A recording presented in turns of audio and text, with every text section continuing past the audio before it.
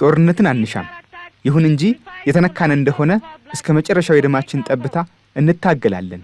ይህም ራስን መከላከል ነው። ኢትዮጵያ ቀደምት የሆነችና እልፍ የድል ታሪክ ያላት ቢሆንም ከአፍሪካ እስከ አውሮፓ መሬቷን ሊቆርሱ ሀብቷን ሊወርሱ እሴቷን ሊያፈርሱ በርካታ ሀገራት ሞክረዋል።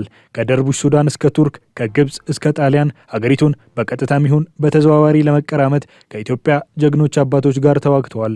ሆኖም ዘመን ያፈራቸው ኢትዮጵያውያን እጃቸው ብረት ከመጨበጥ እንዳልቦዘነ በታሪክ ድርሳናት የተከተበ ነው። በ1888 አድዋ ላይ ድል ተደርጎ ሽንፈትን ተከናንቦ ከሞት የተረፈውን ሰብስቦ ወደ ሮም የተመለሰው የኢጣሊያ ጦር 40 ዓመታትን ቆጥሮ ዳግም ለወረራ ቢመጣም ኢትዮጵያውያን እንዲሁ አልተቀበሉትም።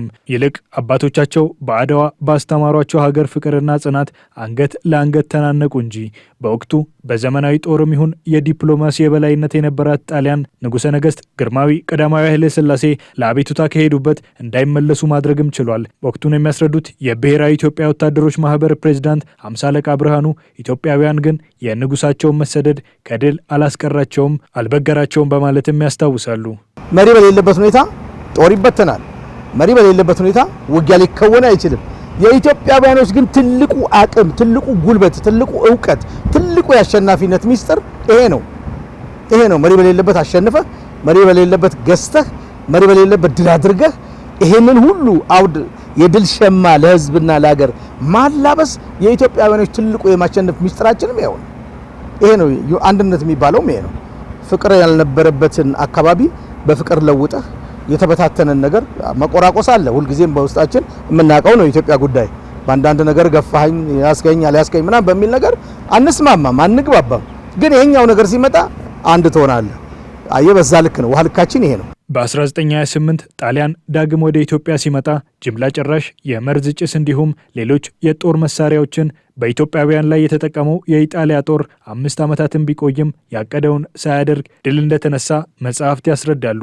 በ5 ዓመቱ የፋሺስት የጭካኔ ተግባር ታዲያ በ10 ሺዎች የሚቆጠሩ ኢትዮጵያውያን ሕይወታቸውን ገብረዋል። ለ5 ዓመታት ጀግኖች አባቶች በዱር በገደል ጣሊያን ሰላም እንደነሱት ታሪክ ያስረዳል። ሴቶችና ወንዶች፣ ወጣቶችና አዋቂዎች አንድ ቃል ተናጋሪ፣ አንድ ልብ መስካሪ እንደነበሩም እንዲሁ የሚነገር ነው።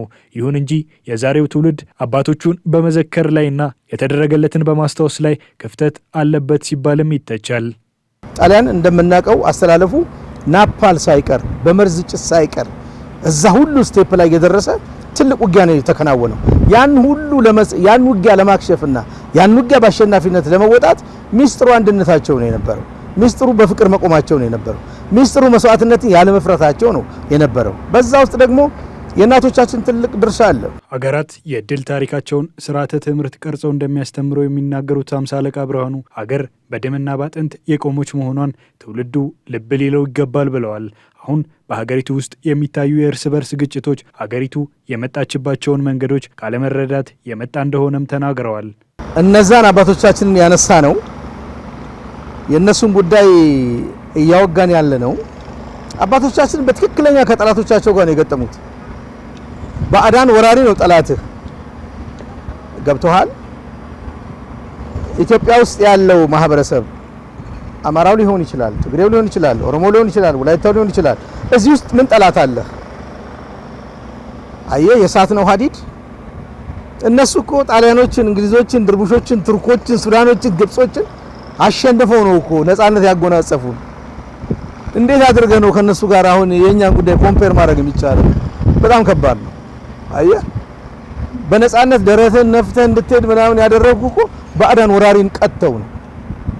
እኛ ደግሞ እርስ በርስ ነው። በጣም ዲፈረንስ አለ። ምን እንዴት ይገናኛል ይሄ? ስለዚህ የሳት ነው ሀዲድ አለ ማለት ነው። ስለዚህ ወደ ሀዲዳችን ድራይቭ ማድረግ ነው የሚያዋጣው። አሁን በብሔር በዘር በምናምን የምንለው እኮ መሳት እኮ ግን ትክክለኛው ሀዲድ ላይ ብንሆን እኮ ምርጥ ነው የሚሆነው፣ ድንቅ ነው የሚሆነው።